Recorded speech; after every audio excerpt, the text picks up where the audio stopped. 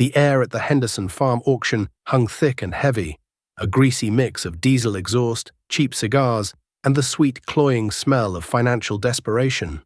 It was late summer, 1979. The sun beat down on the rows of rusted equipment lined up in the hayfield, baking the paint and making the steel too hot to touch. Men in seed corn caps stood in tight knots, kicking tires and murmuring about interest rates, crop prices, and old man Henderson's bad luck. His heart had given out right after planting, and now his life's work was being sold off, piece by painful piece, to the highest bidder. I was there, Frank Miller, not to vulture over another man's misfortune, but for a specific purpose. My International Harvester 1066, a good solid tractor from 75, had started showing weakness in the TA, the torque amplifier. It wasn't shifting crisp from low to high range, a telltale sign of wear in the clutches and sprag. I'd seen a parts tractor in the sale bill, a burnt-up 1466 with a good rear end, and I figured I could pull the whole TA unit for a fraction of what a new one would cost me at the dealer. If it even existed anymore. I wasn't a man for auctions, not really. They brought out the worst in people. The greed, the pride. I preferred the quiet solitude of my own workshop, the honest language of steel and oil. My farm, the 320 acres my father had paid off in 1958, was mine. Free and clear, every bolt in every bin, every shingle on the barn roof was paid for with cash money earned from the dirt. It was a principle my father had beaten into me more firmly than any scripture. If the bank owns it, son, it ain't yours. You're just renting it from a man in a suit. A stir rippled through the crowd. A low-slung, gleaming white Lincoln Continental pulled through the gate, crunching gravel under its wide tires and leaving a cloud of dust that settled on the lesser pickups and sedans. The door opened, and out stepped Richard Harrison. Rich, as everyone called him. He was 10 years my junior, with a soft belly straining the buttons of his pearl-snap shirt and a smile that never quite reached his eyes. He wasn't a farmer, not in the way my father was, or the way I was. He was an agribusinessman, a speculator who used land and debt like poker chips. He'd started a few years back, buying the old Johnson place with a loan from the Production Credit Association. Then, as grain prices shot for the moon, he'd leveraged that to buy 2 more farms. He farmed fence row to fence row, tearing out the windbreaks my grandfather's generation had planted after the Dust Bowl. His equipment was always the newest, the biggest.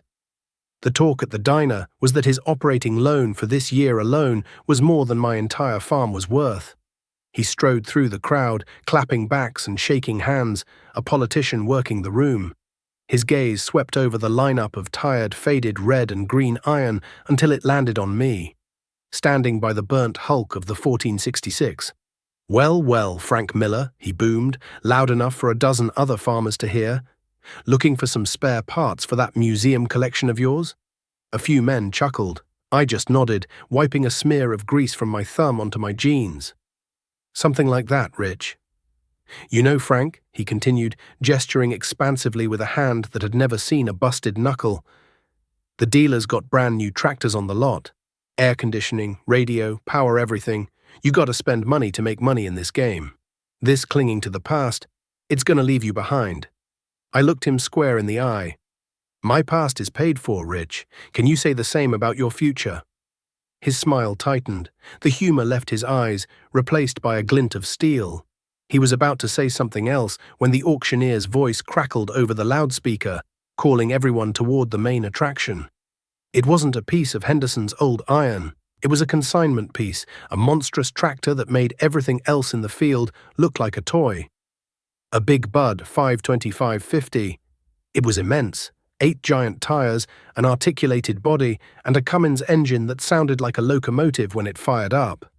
It was painted a garish yellow, a symbol of the new era of farming, massive scale, massive power, and massive debt. This was Harrison's territory. He swaggered toward it, the crowd parting before him like he was Moses. I stayed back, content to watch the show. The auctioneer, a fast-talking man named Jenkins, launched into his spiel. "Boys, what you're looking at here is the future. 2.5-inch hinge pins, a 12-speed transmission. This machine will pull a 50-foot chisel plow and ask for more. You can cover 1,000 acres in a week and still have time to take the missus to the picture show. Who'll start the bidding at $100,000? A hush fell over the crowd. $100,000. That was more than most men in that field would see in 5 years of hard labor. It was a fantasy number. "Don't be shy, folks," Jenkins chirped. "The bank loves a man with vision, and this here is pure, grade A American vision." Harrison let the silence hang for a dramatic moment, then raised a single manicured finger. 100, he said, his voice calm and clear. Jenkins' face lit up. "I got 100,000 from Mr. Harrison. Do I hear 105? $100,000, boys, for the king of the field." There were no other bidders. No one else could even dream of it. The other farmers just watched, a mixture of awe and resentment on their faces. They were working with John Deere 4020s and Farmall 806, tractors they could fix themselves. This big bud, it was like something from another planet. "Sold," Jenkins finally yelled, his gavel cracking like a rifle shot, "for $100,000 to Rich Harrison." A smattering of polite applause broke out. Harrison took a bow, a king accepting the fealty of his subjects. He turned and his eyes found mine again across the crowd. He gave me a slow, deliberate wink, a look that said, "See? That's how a real man farms." I just turned back to the burnt-out 1466. I wasn't thinking about his new tractor. I was thinking about the planetary gear set in the rear end, the condition of the hydraulic pump, and whether the splines on the main shaft were still good. Because his $100,000 payment was just the first of many. My $50 bid for the parts I needed would be my last. One of us was a fool. And as the 1970s roared to a close, the whole county thought it was me. Now, before we go any further into this story, I have to ask you folks listening, have you ever known a man like me who trusted old, paid-for iron over shiny new debt? Or were you taught, like Rich Harrison was, that you had to borrow big to get ahead? Let me know what you think in the comments down below, because that very question was about to split our county, and a lot of families, right in two. The auction for the burnt 1466 came up late in the afternoon. Most of the crowd had thinned, gone home to do chores or to the diner to talk about Harrison's big purchase. I got the whole tractor for $75. The next morning, I had my son, young Tom, help me winch it onto the flatbed trailer behind my Chevy C60 grain truck. The old truck groaned under the weight, its 366 cubic inch V8 working hard, but she was a reliable beast. Bought her used in '72, paid cash. Back in my workshop, the real work began. The shop wasn't fancy. It was a pole barn I'd built myself over 2 summers with a concrete floor I'd poured with my 2 boys. The air inside always smelled the same, a mix of welding smoke, gear oil, and damp earth. It was the smell of self-reliance. First thing was to drain the high-tran fluid from the 1066. I slid a wide, shallow pan under the drain plug, a big 118-inch brute, and put a breaker bar on it. It came loose with a reluctant groan. The fluid that poured out was still mostly clear, a good sign. I hated the thought of metal shavings in the system. That meant a catastrophic failure somewhere deep inside. This was just tired. Getting the TA unit out of an International is a job. It means splitting the tractor in half, right between the clutch housing and the speed transmission. I used my heavy-duty rolling floor jack and a set of sturdy jack stands I'd welded up from railroad iron. I blocked the front axle tight. There's no room for error when you've got 3 tons of steel balanced in the air. You hear stories every year about a farmer getting careless and being crushed. I spent the better part of a day disconnecting everything. The hydraulic lines, the wiring harness, the steering linkage. Each bolt was a fight. Some were rusted solid, others coated in a thick cake of grease and dirt that had hardened into something like concrete. I used a wire brush, a can of penetrating oil, and a lot of patience. My knuckles were raw and bleeding by lunchtime, but that was just part of the job. Finally, with everything disconnected, I rolled the front half of the tractor away from the rear. There it was, the torque amplifier housing, exposed. It took another hour of careful work with a hoist to lift the heavy, awkward unit out and onto my workbench. The bench was made of 2-inch thick oak planks my father had salvaged from an old barn. It was scarred and stained with the ghosts of 1,000 other repairs. I laid out my tools with the precision of a surgeon. wrenches, sockets, snap ring pliers, a brass drift, and a dead blow hammer. I had the official IH service manual, its pages soft and stained with greasy fingerprints, propped open to the right section. Taking the TA apart was like solving a complex puzzle. You had to do it in the right order, first the input shaft, then the direct drive clutch pack, then the lock-up piston. Inside it was a marvel of engineering, a planetary gear set, a one-way sprag clutch, and a series of delicate clutch plates. Just as I suspected, the fiber plates on the low-range clutch pack were worn down almost to the metal. The sprag clutch, the heart of the whole mechanism, felt a little loose. It was what allowed the tractor to freewheel in low range, preventing shock to the drivetrain. When it failed, it could lock up solid or just slip uselessly. I spent the next 2 days carefully disassembling the TA from the parts tractor. It was a miserable job, working around the fire damage. Everything was coated in a black sticky soot that got into my clothes, my skin, my lungs. But the rear end had been protected. When I finally got the unit out and cracked it open, it was a thing of beauty. The clutches looked almost new. Old man Henderson must have had it rebuilt not long before he passed. I cleaned every single part in a Varsol bath, scrubbing away years of grime until the steel shone. Then I began the meticulous process of reassembly using the best parts from both units. New seals, new gaskets. I checked every tolerance with a feeler gauge, torqued every bolt to the exact spec listed in the manual. This wasn't just about fixing a machine, it was about respect. This tractor fed my family. The least I could do was treat it right. While I was deep in the guts of my 1066, the talk of the county was all about Rich Harrison's Big Bud. He'd had it delivered on a special lowboy trailer, and he paraded it down Main Street on a Saturday morning like it was a float in the 4th of July parade. People came out of the hardware store and the cafe to watch it go by. The ground literally trembled. Harrison was a master of public relations. He'd stopped the thing, the big Cummins rumbling at a low idle, and let kids climb up the ladder into the cab. The cab was another world. It was a dust-free, air-conditioned bubble with a cushioned armchair for a seat and a stereo radio. My 1066 had a steel seat with a worn-out cushion, and the only music was the healthy roar of the diesel and the whine of the hydraulics. The scorn from the community wasn't loud or direct, not usually. It came in sideways glances and quiet comments at the co-op. When I went in to buy my seal kit, old Dave from behind the counter looked at the parts on the counter and said, "Still keeping that old girl running, Frank. I hear Harrison did 160 acres of chisel plowing yesterday. Started after lunch, finished before supper." "That's nice for him," I said, counting out the cash for the parts. "Yeah," Dave said, not looking at me. "He's already got all his fall tillage done. Says he's going to take his wife to Florida for a week in December. Must be nice." The implication was clear. I was stuck here, covered in grease, wrestling with old iron, while the smart farmers were moving ahead, living the good life on the bank's money. They saw my debt-free farm not as a sign of security, but as a sign of failure, of a lack of ambition. They saw my calloused hands as proof that I was working hard, not smart.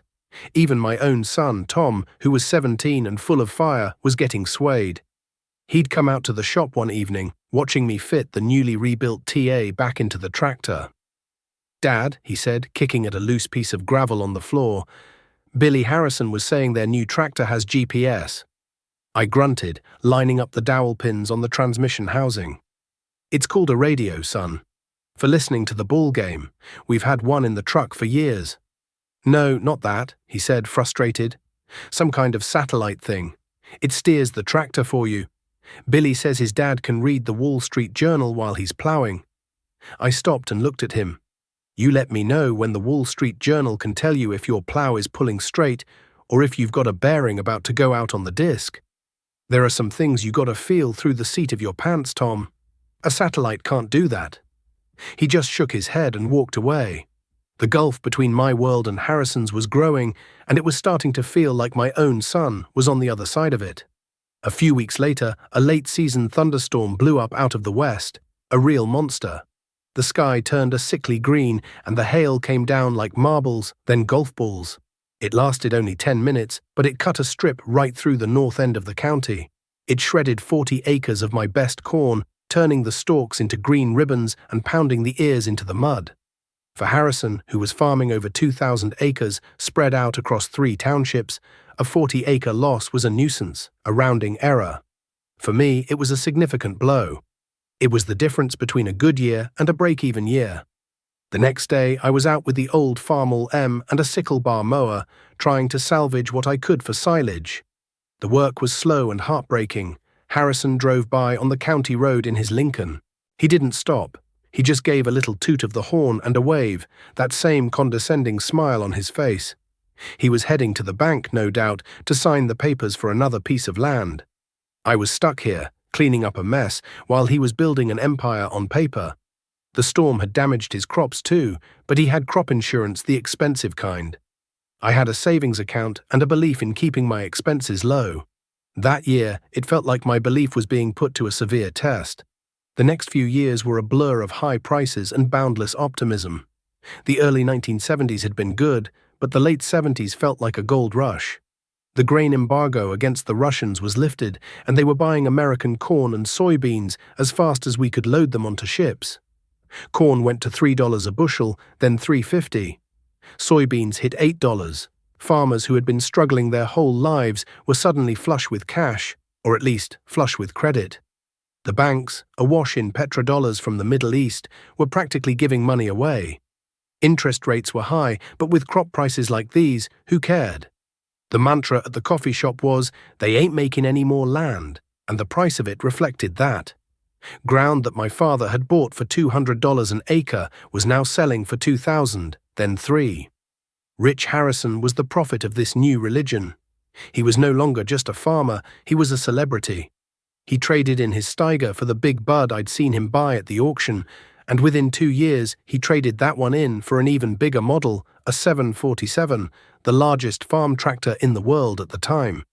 It was a custom-built behemoth with a 16-cylinder Detroit diesel engine that put out over 700 horsepower.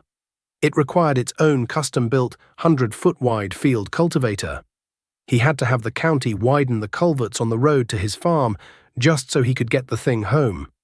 He was on the cover of Farm Journal magazine, standing in front of the 747 with his arms crossed, the very picture of modern agricultural success. The article quoted him extensively. "You can't be timid," he said. "You have to leverage your assets to grow. Debt is a tool, just like a plow." The small-time operator, the guy trying to get by with a 50-year-old tractor and a balanced checkbook. He's a dinosaur. He's history. I knew he was talking about me. Everyone knew. My wife, Mary, read the article at the kitchen table, her brow furrowed with worry. "Frank," she said softly, "the Peterson place is for sale.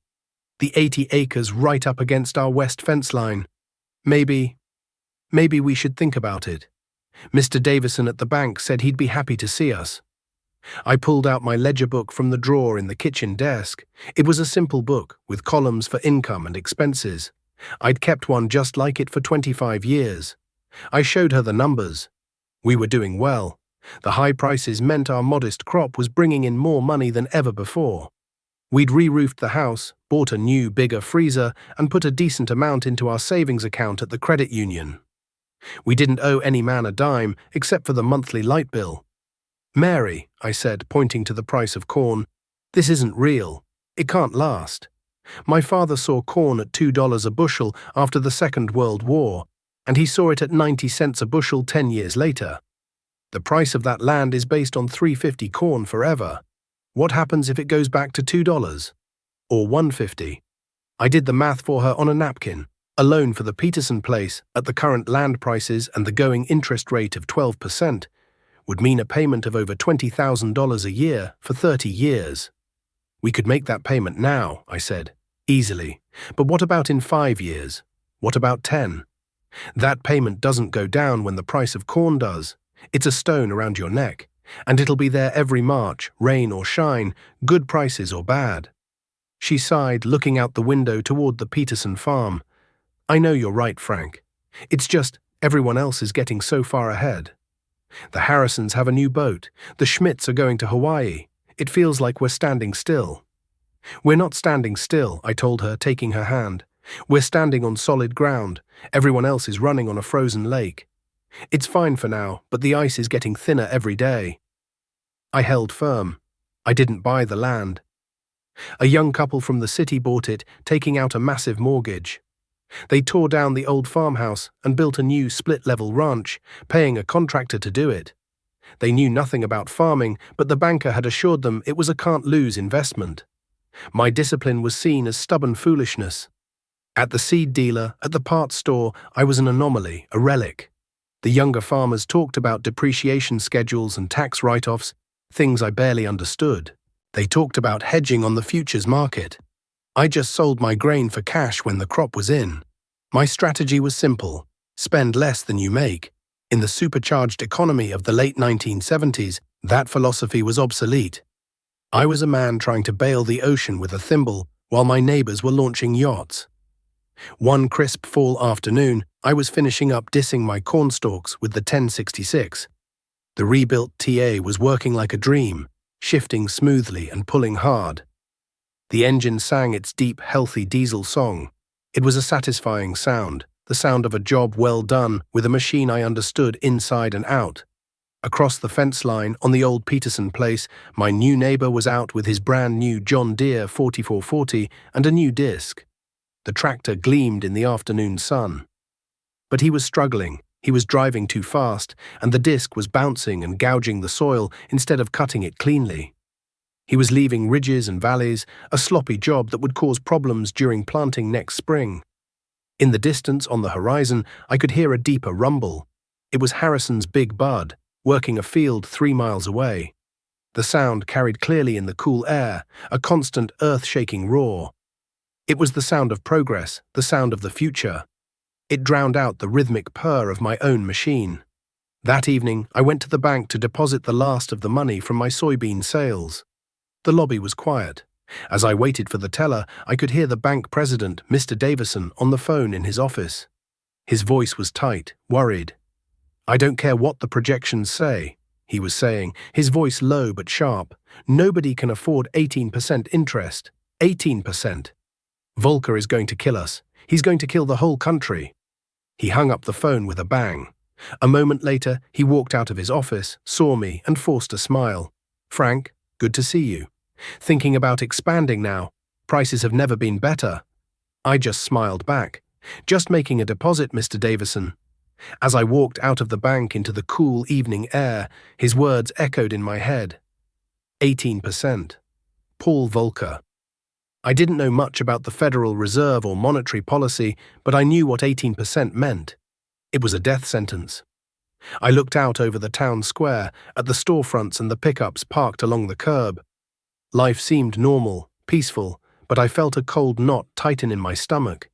The ice on the lake was cracking. I could hear it.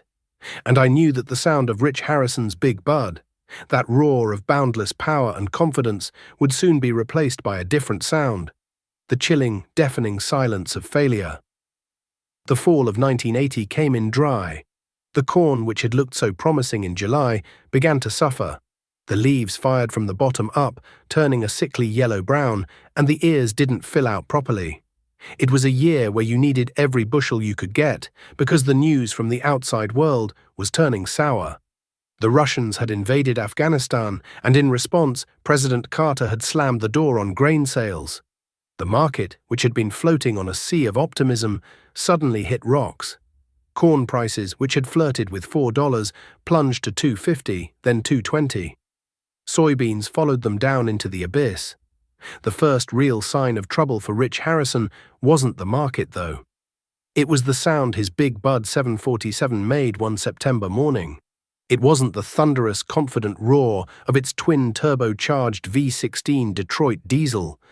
It was a stutter, a cough, followed by a plume of greasy black smoke, and then an unnerving silence that rolled across 3 townships.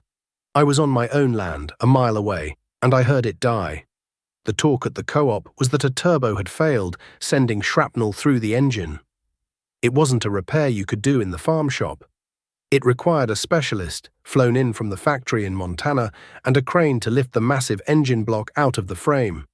The tractor sat idle in the middle of a half-disked field for 2 solid weeks, a giant yellow monument to broken dreams, while Harrison waited for parts and expertise. The bill, rumor had it, was over $25,000. That was more than my entire net income for the previous year. He lost precious time for full tillage, time he couldn't afford to lose with his massive acreage. My own troubles were smaller, more manageable. The water pump on my Chevy C60 grain truck started weeping coolant from the shaft seal, a sure sign it was about to fail completely. I drove it to the Napa store in town. They didn't have one on the shelf for a '68 model with the 366 engine, but the kid behind the counter, a farm boy himself, made a call.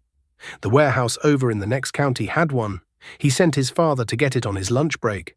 By 3 o'clock that afternoon, I had the new pump in my hands. It cost me $64 and change. I spent the evening in my shop, with a trouble light hanging from the hood and the radio playing softly. I scraped the old gasket off the block, cleaned the mating surfaces with a wire brush, and carefully bolted the new pump in place. I filled the radiator with fresh antifreeze, started it up, and let it run, watching for leaks. There were none. The whole affair cost me an evening of my time and less than $70. The contrast wasn't lost on me. Harrison's machine was so complex, so specialized, that it had become a liability.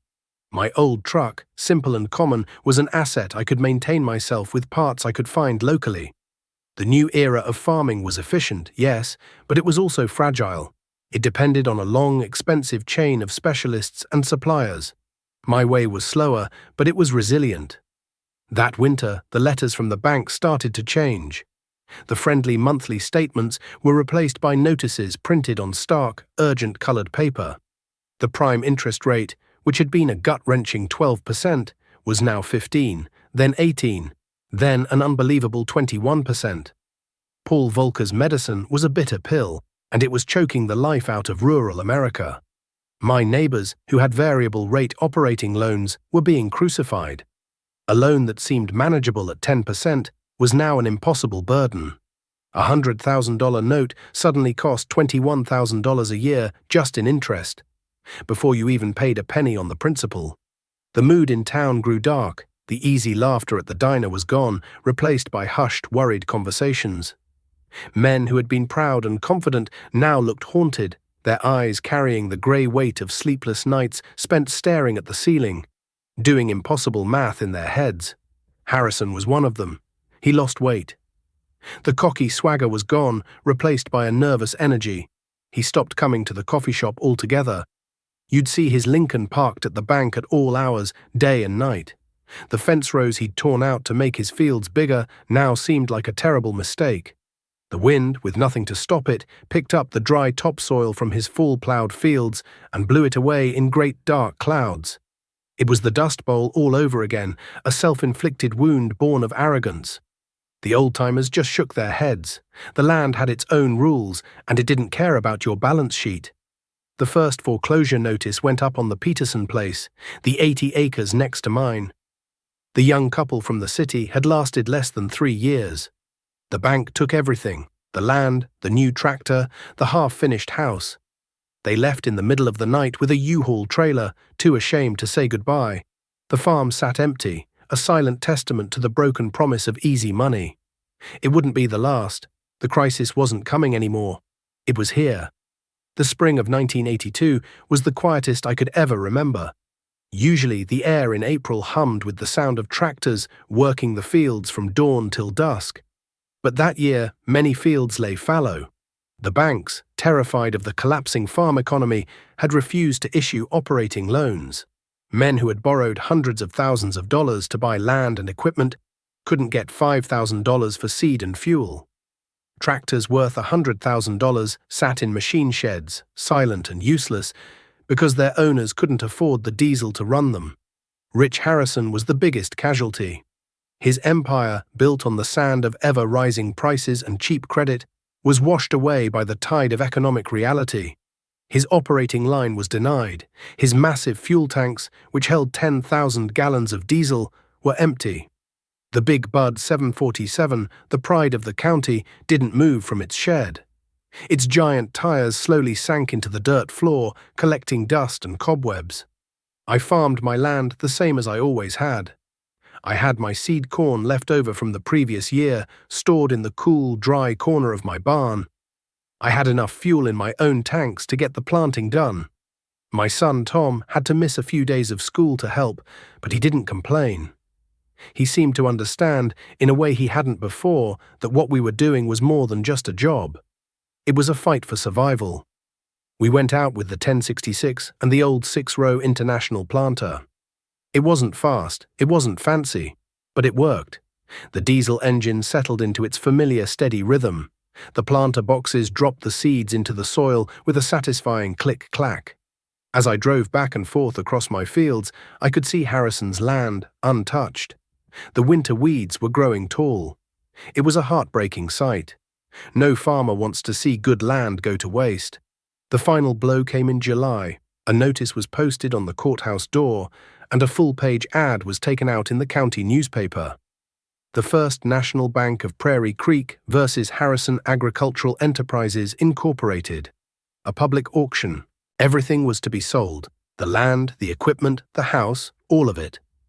The day of the Harrison auction was the polar opposite of the Henderson sale 3 years earlier. The sky was a flat, unforgiving grey, and a cold wind blew dust across the farmyard. The crowd was huge, bigger than for any auction I'd ever seen, but they were silent. They came from 3 states, drawn by the news of Harrison's spectacular collapse. They were here not to celebrate, but to pick over the bones. The equipment was lined up in perfect gleaming rows. The Big Bud, the massive Steiger 4-wheel drives, the fleet of new John Deere combines with 30-foot grain heads.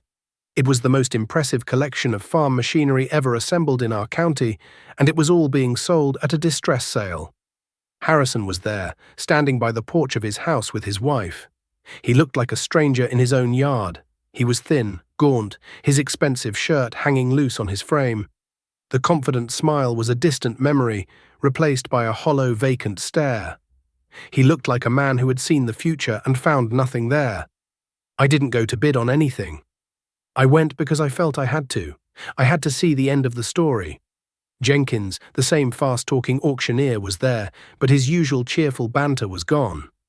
His voice was somber, respectful. He knew this was a funeral. The bidding was brutal. A combine that Harrison had paid $250,000 for 2 years ago sold for $60,000. A brand-new tractor with less than 100 hours on it went for half its sticker price. The buyers were vultures, hard-faced men with cash in their pockets, capitalizing on another man's ruin. Finally, they came to the Big Bud. It was the main event. Jenkins described its features, its power, its legendary status. But his words fell flat. The crowd just stared at the giant machine. It was no longer a symbol of progress. It was a symbol of hubris, of a gamble that had gone catastrophically wrong. "Who'll start the bidding at $100,000? Jenkins asked, his voice sounding small against the vast, silent landscape. No one spoke. The wind whistled around the corners of the machine shed. 75,000. Silence. 50,000, boys. 50,000 for the king of the field. A man from Iowa, a corporate farmer with thousands of acres, finally raised a hand. 50. The bidding crept up slowly, painfully, in $5,000 increments. It stalled at 80,000. Jenkins tried his best, but there was no more money in the crowd for such a specialized, fuel-thirsty beast. "Sold," he finally cried, his voice cracking with relief. $80,000. Less than a fifth of what it was worth just a few years before. A lifetime of work, a mountain of debt, all wiped out in a single afternoon. I survived those years because I owed nothing. My fuel bill was a fraction of Harrison's. When a part broke, I could either fix it myself or find a replacement at a salvage yard. My income was down, just like everyone else's, but my expenses were a tiny fraction of theirs. Mary and I ate from our garden. We patched our clothes instead of buying new ones. We didn't go on vacation, we hunkered down and rode out the storm. We weren't thriving, but we were holding on. And in the farm crisis of the 1980s, holding on was the same thing as winning. The auction ended as the sun began to set, casting long, mournful shadows across the yard. The crowd dispersed quickly, the buyers eager to get their new iron home, the spectators wanting to escape the oppressive sadness of the place. I stayed behind. I saw Rich Harrison standing alone by the empty fuel tanks, looking out over the fields that were no longer his. I walked over to him. I didn't know what I was going to say. "I told you so" felt cruel and pointless. He heard my footsteps on the gravel and turned. His eyes were red-rimmed, but he was dry of tears. "Frank," he said, his voice a hoarse whisper, "come to see the show?" "No, Rich," I said quietly. "I came to pay my respects." He looked at me, a flicker of the old defiance in his eyes, but it died as quickly as it came. He just nodded, turning his gaze back to the land. "You were right," he said, so softly I could barely hear him over the wind. "All this time, you were right. I built a house of cards on a windy day." I stood there beside him for a long moment, two farmers, one who had lost everything and one who had held on. We weren't enemies anymore. We were just survivors of the same shipwreck, though I had been lucky enough to find a piece of wreckage to cling to. "You dreamed big, Rich," I said. "Nobody can ever take that away from you." He let out a short, bitter laugh. "A big dream just leaves a big hole when it's gone." He reached into his pocket and pulled out a set of keys. They were for the Lincoln. "The banker let me keep the car, said it was a personal effect." "Funny, huh?" He looked at me. "Can I ask you a favor, Frank?" "Anything." "My boy, Billy, he's taking this hard. He's a good kid. He knows machinery. He needs work. Anything. Sweeping floors, changing oil. I just don't want him to think his old man ruined his life." The request hit me harder than any insult ever had. It was the plea of a father, stripped of everything but the love for his son. "Have him come by the shop tomorrow morning," I said. 7 o'clock. I can always use another good hand." A single tear finally traced a path through the dust on his cheek. He just nodded, unable to speak. He turned and walked to his car, got in and drove away down the long lane, leaving behind a lifetime of ambition scattered across the yard. The Peterson place, the 80 acres next to mine, sat empty for over a year. The bank couldn't find a buyer at the price they wanted. Finally, they put it up for sealed bid. I went to see Mr. Davison. He looked 10 years older, the stress of 100 farm failures etched on his face. I made my offer, sliding a slip of paper across his desk. It was what I figured the land was worth based on $2 corn, not a penny more. It was all cash, drawn from the savings account Mary and I had so carefully fed for 20 years. It was a fraction of what the city couple had paid, but it was a real offer, from a real farmer. A week later, he called and told me the land was mine. I didn't tear down the half-finished house. I spent that winter finishing it myself, putting up drywall, laying flooring, wiring and plumbing it with Tom's help. Young Billy Harrison helped too. The boy was a hard worker, quiet and determined, with his father's intelligence but none of his arrogance. He had a natural feel for engines, and he soaked up everything I could teach him about rebuilding a carburetor or setting the timing on an old distributor. In the spring, I rented the house and the land to a young family just starting out, for a price they could afford. The man had lost his own family's farm and was trying to get back on his feet. It felt right.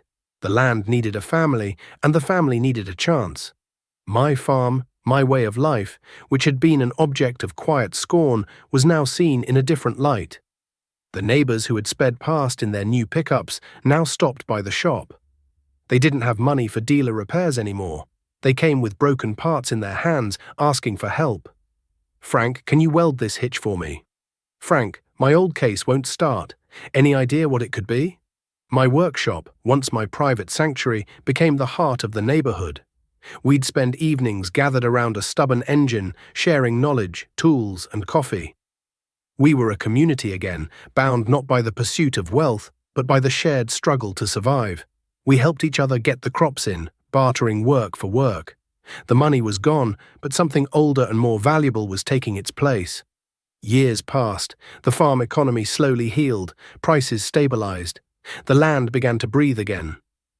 Tom came home from agricultural college with a degree and a head full of new ideas, but with my old principles burned into his heart. He took over the day-to-day operations, and I found I had more time to spend in my shop, tinkering. One afternoon in the late 90s, Tom came into the shop. He was in his 30s now, with a wife and a son of his own, my grandson. He had the same determined set to his jaw as my father. "Dad," he said, holding a sales brochure, "the dealer has a good deal on a new planter.